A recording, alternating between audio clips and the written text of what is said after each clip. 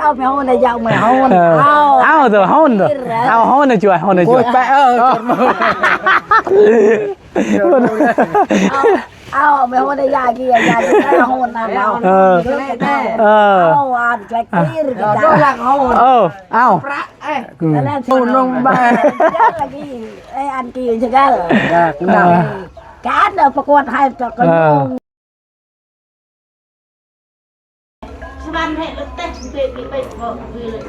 ป้าโถพี่น้องเนาะเปิดภาพมาอีกมื้อนี้ก็ป้าเพิ่นเฮ็ดเป็นที่เรียบร้อยแล้วครบใหม่เนาะมื้อนี้ก็มาฮอดจอดถึงบ้านของแม่ตู้แควองพี่น้องเนาะนี่ก็มาอัปเดตเฮือนของแม่ตู้แควองเพิ่นเนาะพี่น้องเนาะก่อนอื่นก็ทักทายสบายดีเด้อสบายดีและสวัสดีพ่อแม่พี่น้อง FC เมิดสุขสู่คนเนาะบ่ว่าสิอยู่ในและก็ต่างประเทศเนาะก็ยินดีต้อนรับเข้าสู่ช่องบ่าวบุญคงทำมาหากินคือเก่าเนาะพี่น้องเนาะมื้อนี้ก็โอ้ทางสร้างเพิ่นก็จากคนเด้เนาะบ่าวบุญคงก็บ่ได้ฮู้เนาะว่าสร้างมาจากคนพี่น้องเนาะตั้งแต่บ่าวบุญคงมานับไม้เนาะให้ทางพ่อตู้เพิ่นเนาะแม่ตู้เนาะก็เลยบ่ได้เข้ามาหาทางครอบครัวเพิ่นเนาะตอนนี้ก็โอ้ทางบ่าวเสียงจัดการเนาะจวดจาดเลยพี่น้องเนาะโถเนาะสร้างก็สร้างที่บ่าวบุญคงเอาตัวเราเฮ็ดห้องน้ำทางน้องดอกแค่นี่แหละพี่น้องเนาะบ่าวเสียงเพิ่นเอาเนาะจังใดก็ดีใจนำครอบครัวทางพอตู้หรือว่าอามัดเนาะได้เฮือนได้ซ่านเนาะว่าสิถามเบิ่งว่าจักเม็ดหาจักเม็ดเนาะเฮือนเพิ่นเนาะพี่น้องมื้อนี้ก็มา2คนกับบ่าวลาเอ็กพี่น้องเนาะ2ไทยบ้านนอกเพิ่นเนาะ2เพิ่นก็มากับบ่าวบุญคงนี่แหละพี่น้องเพิ่นก็มาครั้งแรกเนาะเพิ่นได้มากับบ่าวบุญคงบ่าวบุญคงชวนเพิ่นมาถ่ายคลิปนำว่าเนาะพี่น้องเนาะไปพี่น้องก็ไปเบิ่งนำกันเนาะเพิ่นไหวดีทางสร้างเพิ่นจักแต่มือได้เด้เนาะเพิ่นเฮ็ดนี่ลงมือเฮ็ดนี่คือสิแม่น2 มือนี่แหละตามเบิ่งสิถามเบิ่งเพิ่นก่อนเนาะทางเบาเสียงเพิ่นเข้ามาเนาะเพิ่นไหวลีเพิ่นเห็นจวดจาดลีเนาะสร้างเพิ่น4 คนเฉพาะดอกไหวเนาะบางเทื่อก็ทิศหนึ่งก็แล้วแหละเพิ่นเฮ็ดนี่เพราะว่าสร้าง4 คนมาแล้วก็เฮือนก็คือสิบ่ใหญ่นี่แหละพี่น้องเนาะสิถามเบิ่งทางสร้างเพิ่นว่าทางเบาเสียงเพิ่นว่าจักเม็ดหาจักเม็ดเฮือนเนาะไหวดีเนาะพี่น้องพวกมารอบนั้นกะเฮือนตอนนั้นเนาะแต่ว่าตอนนี้กะเพิ่นมางออกเฮือนตัวเก่าแล้วก็ใส่สิตั้งเฮือนตัวใหม่อีกเนาะครับไวเนาะพวกคือซีเมนต์เลยเพิ่นสิมือได้เด้เพิ่นสิตั้งเฮือนพี่น้องก็ยังบ่ได้ฮู้เถอะถามเพิ่นก่อนเนาะว่ามือได้เพิ่นสิตั้งเฮือนย่อเฮือนเนาะพี่น้องเบิ่งสิถามทางเบาเสียงก่อนเนาะสบายดีเด้อเบาเสียงโดมือได้เพิ่นสิตั้งเฮือนมืออื่นนะมือนี่โลดโอ้ไวเนาะจังมือแหละเพิ่นกบใหม่นี่ก็ได้4 มื้อนี่แหละ4 มื้อนี่บ่โอ้4 มื้อนี่ก็ค่อยเฮ็ดโดยเต็มสปีดในกระบอกดอก2 มื้อโดยค่อยเฮ็ดไปเราโอ้ไวเนาะเพิ่นเฮ็ดนะแต่ว่าชานำแบบว่าเพิ่นว่าค่อยเฮ็ดค่อยไปเนาะคันว่าเฮ็ดไวนี่ก็โอ้ไวเนาะโดย แกนี่มาให้รอบมัน โอ้เกตที่เศร้า ตีนเศร้านี่ โดย มันดงพวก โอ้ โยนมาหมดแล้ว โอ้แม่นและหนักเนาะใครแต่ว่าทางแบบว่ามันบ่ได้มื่นปานใดเนาะฝนบ่ได้ตกแต่ว่าฝนบ่ได้ตกนี่ก็โอ้ยากคันรถโฟแล้วแหละยังมาได้ ว่านี่บ่ได้เข้ามาหาแล้วว่านี่ฝน โดยได้ อันนั้นแหละ โดยเอาเบิ่งกะสิไปทำสร้างเพิ่นก่อนเด้อ ว่ามีแต่ว่าเดินทางก็ได้ โดยเอา ท่านได้กินข้าวอยู่มาที่เฮือนกินขนมก้อนนึงแล้วเหยียบมาพี่เลย โดย โดยเอาเดินทางปลอดภัยเด้อบ่เสียงเด้อโดยสวัสดี โดยไปถามเราเบิ่ง โดย เพื่อนเรา สวัสดีพ่อตู้เป็นจังไดดีใจบ่ดีใจสิได้เฮือนเนาะโดยคิดอยู่บ่ว่าสิได้เฮือนบ่ mặc ơi เอามักเอ้ยเพิ่นว่าเนาะ giờ โอ้ đụng lấy đôi trà lọ chờ phải โดย lấy โด trà ย này เพิ่นว่าบ่มีข้าวกินเฮือนอยู่ก็บ่มีเนาะอันนี้ก็ดีอกดีใจเนาะ dạ ทางผู้ใหญ่ใจดีเพิ่นที่เมตตาสร้างเฮือนสร้างศาลให้เพิ่นเนาะแล้วก็นี่แหละพี่น้องกามื้ออื่นนี่แหละทางบ่าวเสียงเพิ่นว่าก็สิได้ย่อเฮือนเนาะตะรึบบ่ไปถึงดงแน่โอ้เราจ่าตะรึบ chơi trà cho cả tụi bên chơi โอ้โดยประมาณจักคนเอานี่ชนะประมาณในยึงดงไหม cái đó người tam con nữa โอ้โดยเอ้าสิถามเบิ่งลูกเจ้าเด้อโดยเอาพูนทางสร้างเพิ่นก็4คนมาเนาะมื้อนี้เฮาก็มาทางบาวลาเอ็กเนาะสบายดีเด้อโดยเนาะมาครั้งแรกเพิ่นเนาะพาเพิ่นมาครั้งแรกโดยเอาโดย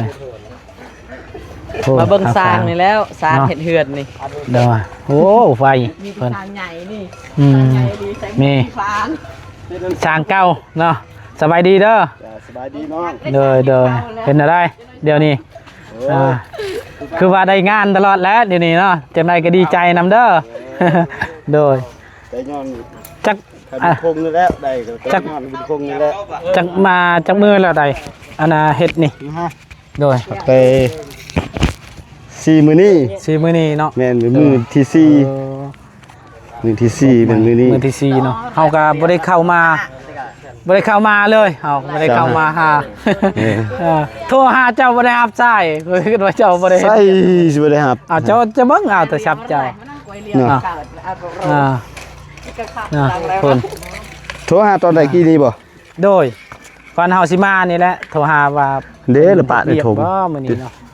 โดยปะอยู่ทงพุ่น ปะได้ถมโทรศัพท์ปะอยู่ ปะยัวรึนะ โดย ซักเจ้ามา สบายดีเด้อสั่งโชคเนาะ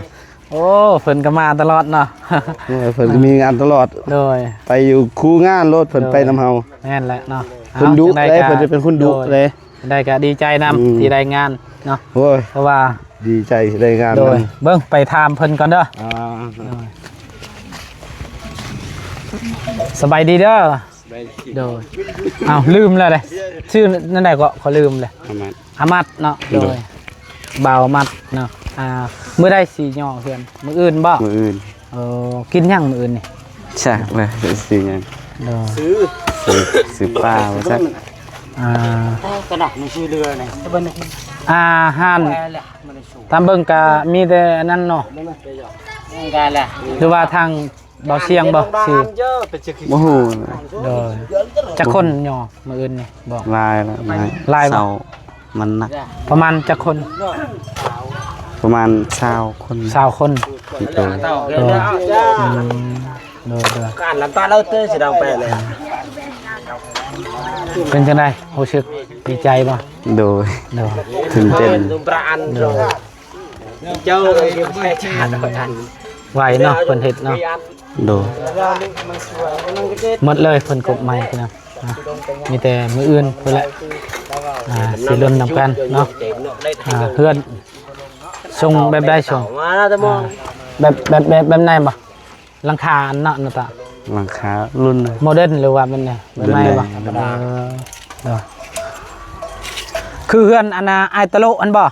แม่นแม่น เออ แม่น เด้อ ไปชะอำนี่สิเดาทางต้องเช่าว่ะตัวเด็กเขาก็แม่นใช่ ตะโล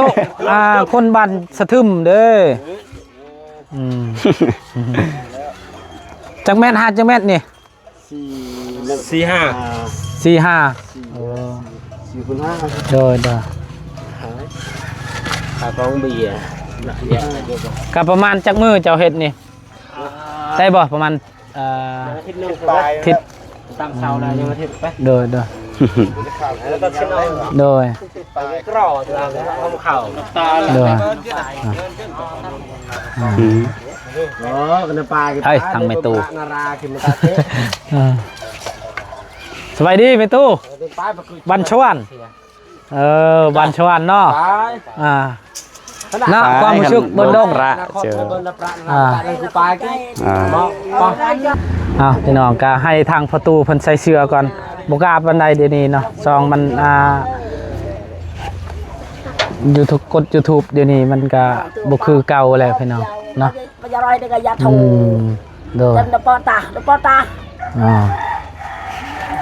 บันชวนเนาะเนาะไม่ช่างรู้สึกดีใจบ่ không อ๋อ chay โดยดีใจนำเนาะ không chay lai lai โดย โอ้ย tay ba rồi mòn โอ้โดย thế ba đây อายุบ่อยะนะอายุบ่ อายุตายเจ้าอายุ โอ้เอาเมียสองเนาะใส่ผู้หนึงเด้อ ป้าไปใช่ไร โอ้ไปให้เนาะผู้หนึงเนาะโดยเอาหนตะแมงนึงฮะล่ะกายอะอย่าหนนึงฮะหนสีอะไรอ้ายเอาแม่อายุบ่ช่วยบ่อายุบ่อายุช่วยบ่อายุเอาหนนึงตะแมงช่วยเถอะ bên là cái đê ấy โดยเอาหนตะแมงช่วยนึ่งกาแฟเยอะเอาแม่เอาต่อช่วยฮะหนนึงตะแมงอายะเหรอหยอกเพิ่นพี่น้องนะ cái này là cái lên cùng là cái tàu sệt àแม่ทั้งลาเอ็กเนาะโดยเนาะมาสองคนมื้อนี้เนาะเอาเหรอเยอะแยะแกหุ่นนึงอ่ะตะแมงชะเลนึงตัวโอ้ยเพิ่นอายพี่น้องเนาะเอาก็บ่เป็นหยังเด้อเอาอยู่ดีมีแห้งเด้อโดยเว้าหยอกเว้าม่วนเพิ่นนะพี่น้องเป็นไดก็ดีอกดีใจนำครอบครัวทางพ่อตู้เนาะโอ้เพิ่นมีเมียซองเนาะเฮาก็บ่ฮู้คืออีกเนาะโดยครั้งแรกนะครับช่องเทื่อแล้วเขามาหาเพิ่นเนาะแต่ว่าทางไลน์เอ็กซ์กับเทื่อแหละเขามาหาเพิ่น คอยมาหาเขาเจ้าประมาณ3เทื่อแต่ก่อนปีประมาณปี2023บ่24ประมาณนี้นะปี2024หรือ23ประมาณนี้จำบ่ได้ต้องไปเบิ่งคลิปก่อนทีแรกก็บ่ฮู้ว่าเขาเล่าน่ะมีเมีย2คนน่ะ เนาะ แล้วก็ไปถามไทบ้านว่าแม่นพี่น้องบ่ถามเราในคลิปเลยนะว่าแม่นพี่น้องบ่แต่ว่าแม่นอันนี้ก็เมียค่อยว่านี่ก็เมียโอ้2คนโดย เฮาก็มีเมีย2คนเนาะบ่ธรรมดาแล้วเฮาก็ยังบ่ฮู้ยังบ่เห็นได้เมียเราคนนึงนะเนาะคนนี้เราคนอารมณ์ดีตู้มีประตูมีแต่มื้ออื่นเฮามาคือเก่าเห็นคนประตูแม่มาบวชนิกอยู่เดินหน้าจะมันมันเดินหน้าบ้านเลยแกโดโอ้เห็นเวลาก็ได้เมียซองพี่น้องเนาะ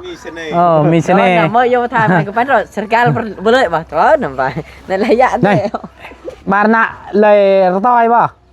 ต้อยตะบรโอ้แล้วมันเลรบ่าวเพิ่นคงถามเพิ่นว่าถือกันบ่อยู่2คนนำกันเนาะเพิ่นว่าถือกันเนาะฮักเบิดทั้ง2แพงเบิดทั้ง2พอตู้ขออนุญาตแบบว่าคันเวลานอนนี่ก็เพิ่นก็นอน2คนนำกันบ่มันโตกี้แปลได้ป่ะนำกันเลยเนาะดีเนาะการถือกันก็ดีเนาะพี่น้องคือว่าแบบว่านอนไผนอนมันจักห้องสิเฮ็ดห้องนอนนี่ เฮือน คือ นี่ ไม่เละแล้วเท่าคือลำกูเอาเจ้ากูจะมาดังโจละ โดยโดยห้องหนึงบ่สั่ง คือลำกูจะดังกูเจ้าคือมาลำกูเอาเจ้าจ่าเราจะคือเย็นบับอีกที โดยโดยนี่ประตูอามัดนี่ลูกผู้ใดลูกแม่ตู้นี่หรือว่าลูกผู้ใด ที่ ผู้ที่ช่องบ่ อันนี้คือก็ลูกกูก็เนี่ยคือบาปตัวแต่บัดปัดบัดกูเจ็บหลาย แม่ตู้นี่ก็มีคือกันลูกพี่น้องแต่ว่ามีก็เล่าก็แต่ว่าลูกเราเสียมีแหละลูกเราเสียแล้วก็เอาเมียปัจจุบันนี่ก็มีลูกคนหนึงอามัดนี่เนาะโดยอามัดนี่ก็มีแต่ผู้เดียวเราบ่อันป้ายกูใจ ยังมีอายแต่ว่าอายเชียเนาะกูแล้วกูก็คนอันบ้าแล้วมันนำมามั่วดูนเลยดนแล้วว่าจะเอาอาณาเมตูโตนะตัวที่ช่องครับดนแล้วดนแล้วว่าเนาะเลยชื่อเบิ้ลชื่อกูมาชื่อเลย จึกมาอามัดจึกเลย กูว่าเอ้ยว่า10 ปีมันน่ะพูนเบามัดก็จนเป็นพ่อได้ลูกได้เมียแล้วว่า10 ปีกูว่าแล้วเนาะ2 เซนเบิ่งตะเบิ่ง2 เซนได้แล้ว เอาจังใดก็ดีใจนำเด้อประตูเด้อโดยเนาะดีใจนำที่ได้เฮือนอยู่พี่น้องถูกมาหลายปีแล้วก็อยู่ดีอีกบัดนี้โดยแม่นต้องเข้าใจผู้ใหญ่เนาะแม่นบ่ผู้ใหญ่เพิ่นอีโตนสงสารเพิ่นซอยแบบบ่ได้วางผลประโยชน์หยังตอนนี้ก็ได้งานตลอดเนาะโดยเบิ่งสิเอาน้ำหวานให้ทางให้สร้างเพิ่นก่อนพี่น้องได้น้ำหวานโถ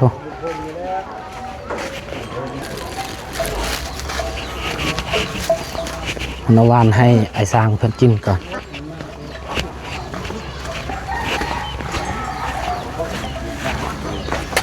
เอาน้ำหวานผักโพลานขอบใจโดยโพลตุกโดยเพิ่นเบามัดกะซอยทางสร้างเพิ่นพลีและปรับบนหน้าบ้าน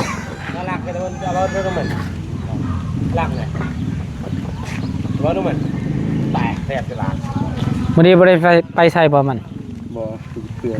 เบิ่งทางสร้างเพิ่นเนาะอันนี้ไม่ก็ไปประตูเดี๋ยวว่า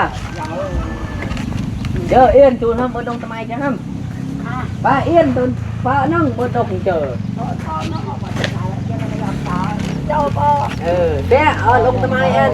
นี่แหละทมมัดตัวนี้อันนี้ก็มื้อหน้าก็สิเอาปูนทมบ่หรือว่าทมเลยแบบนี้บ่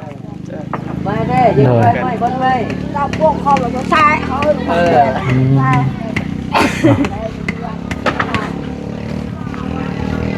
ช่วยเอ้ยน่าเราชมพาเต้เท่าอันตะระเบิดเนาะชมพา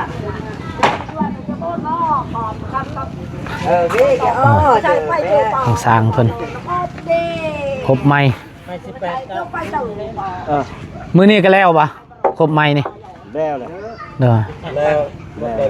หมดแล้วนี่ยังเหลือเท่าไหร่โอ้พอดีสิบักต่อไม้บ่นี่สิต่อไม้หรือว่านั่นเก็บโดยเอาตัวไม้ซื่อเก็บเปลี่ยนไม้ให้เป็นระเบียบตัวโดย8อะไรแต่10โดยพอดีแหละมาหาไม้โตซื่อใส่อยู่นี่ครับเนาะ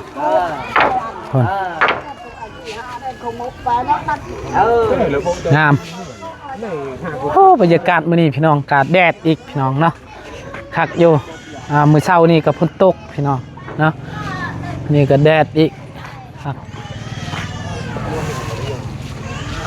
คน การจะคือป่า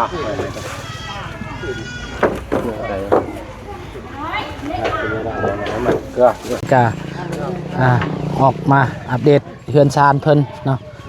เอาพี่น้องกาสำหรับคลิปนี้บาวคงกาสิขอจบคลิปปิดคลิปไว้เพียงสำนี้ก่อนพ่อแม่พี่น้อง FC หมดสุขูสุคนที่ติดตามและรับชมสำหรับคลิปนี้ไปแล้วเด้อสบายดีนะครับ